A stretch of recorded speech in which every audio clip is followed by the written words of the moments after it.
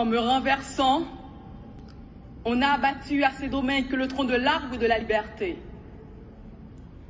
Mais il repoussera, car ses racines sont profondes et nombreuses. Les paroles prémonitoires d'un homme qui a vécu l'esclavage et qui eut à dire haut et fort: je suis Toussaint Louverture. Mon nom, si je te fais connaître jusqu'à vous. Je veux que la liberté et l'égalité règnent à Saint-Domingue. Et je travaille à les faire exister.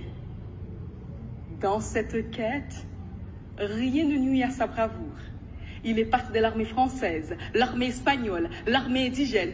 Il pouvait se battre dans tous les camps s'il savait que cette stratégie lui permettait d'atteindre son but, celui de voir tous les êtres humains libres. Au carrefour de l'humanité et de l'inhumanité, il a pu apprendre à écrire et à réinventer le monde. Il est l'un des artisans de cette révolution anticolonialiste et anti-esclavagiste qui a permis à l'époque des empires la naissance de la première république noire au monde. Mais ces dernières semaines, la France a commémoré la mémoire de son empereur. Elle a aussi inauguré un jardin en honneur de Toussaint Louverture, où il est écrit « Général français ». Mais a-t-elle suffisamment rappelé sous les ordres de qui Toussaint Louverture a été arrêté, déporté en France, qu'il a été enfermé dans les geôles glaciales du Fortejoux? Sait-on assez que c'est ainsi qu'est mort celui qui pour tout un peuple représentait l'espoir? Mes compatriotes haïtiens auraient aimé entendre dire que Toussaint leur appartient, tout comme la France clame qu'il est son citoyen. Mais retenez, mesdames, messieurs, vouloir l'attacher à une nationalité, l'enfermer dans une citoyenneté, c'est trop réducteur, beaucoup trop réducteur. C'est priver l'humanité entière de l'une de ses plus belles incarnations. Car l'homme en question est sans limite, sans bornes et sans frontières. Je vous parle d'un homme qui lutta pour un possible impossible, qui a fait plus que décrocher la lune. Il a cru et permis de croire que les esclaves étaient les êtres humains comme les autres. Et comme les autres, ils avaient droit à la dignité, au prix de cette terrible devise: vivre libre ou mourir. C'est avec des lettres de sang que les esclaves de Saint-Domingue ont écrit l'universalité des droits humains. C'est ainsi qu'ils ont revendiqué en acte le droit à l'autodétermination des peuples, de tous les peuples. Un peu ce qui est écrit à quelque part d'ici, au jardin de Luxembourg.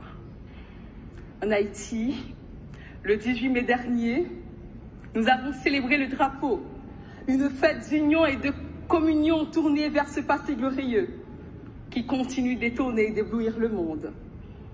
Comment, me direz-vous, avons-nous pu faire cela pour en arriver là? Où sont passés ces idéaux de liberté et d'égalité? Vous me direz sans doute qu'ont fait, que font ces pays, amis, auprès de qui les Haïtiens ont payé si chèrement leur liberté. Il y a beaucoup d'enseignements à tirer d'hier à aujourd'hui pour comprendre les origines de cet échec, en démêler les responsabilités croisées. Il y a beaucoup à faire pour à nouveau faire fleurir l'arbre de la liberté.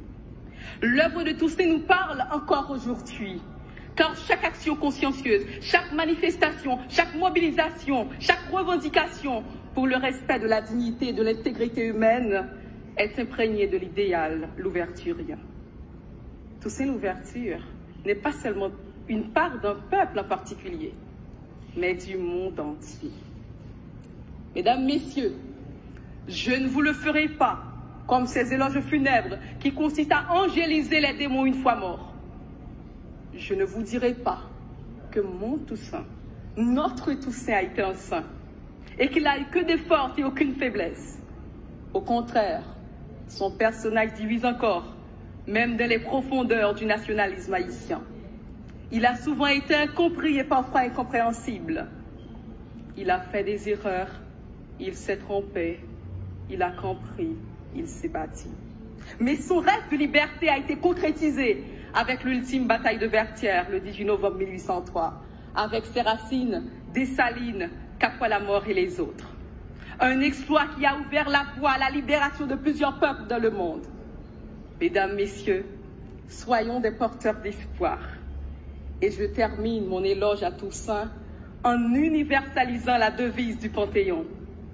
Aux grandes femmes et aux grands hommes, l'humanité reconnaissante. Je vous remercie.